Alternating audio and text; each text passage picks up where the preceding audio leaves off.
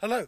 This week I happen to be 3,000 meters or 10,000 feet up in the Chilean Andes, and we're talking about number 4 in the series, studying the book of Daniel, looking at chapter 3, entitled From Furnace to Palace. And of course it's the story of Shadrach, Meshach and Abednego, those three Hebrew young men. Let's give them their Hebrew names: Shananiah, Mishael and Azariah, who remain faithful to God because even though the king had the power, they weren't going to bow down and worship this image that he had set up. It seems that Nebuchadnezzar, having had that dream of the image of the different metals with Babylon as the head of gold, wasn't very pleased to be just the head. He wanted to be the whole body. Everything, the whole image was gold. And so he set up this image. And then there was this decree that you had to bow down and worship it. They weren't going to do that. And I love the way that Hananiah, Mishael and Azariah explained to Nebuchadnezzar, saying, we're not going to bow down. Yes, we know the consequences.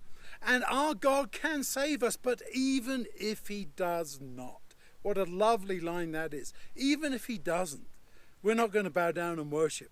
We're not going to make a demand on God of what he's going to have to do for us. Sometimes we tend to do that, don't we? No, they simply said, whatever God chooses is fine with us. And they're thrown in, and the men who throw them in are burned to death. We can get some wrong ideas about God in this whole picture, can't we? Was that what God wanted? Did God kill them? No. This is what Nebuchadnezzar is doing. And then he's astounded when he looks into the furnace and he sees 4 people. One that looks, as he says, like a son of the gods, or son of God, depending on how you want to translate that. Certainly he saw someone who to him looked like a divine figure.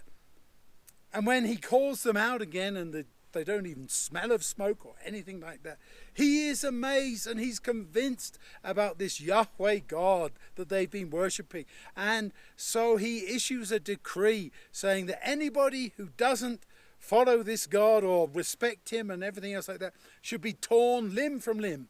And I'm sure God was pleased by that, wasn't he? You know, it really is true, as Frederick Buechner says in one of our quotes, that King Nebuchadnezzar needed a few more rough edges smoothed off before he had a good picture of God. And I think that tells us something about our picture of God. Sometimes we get it wrong too, don't we?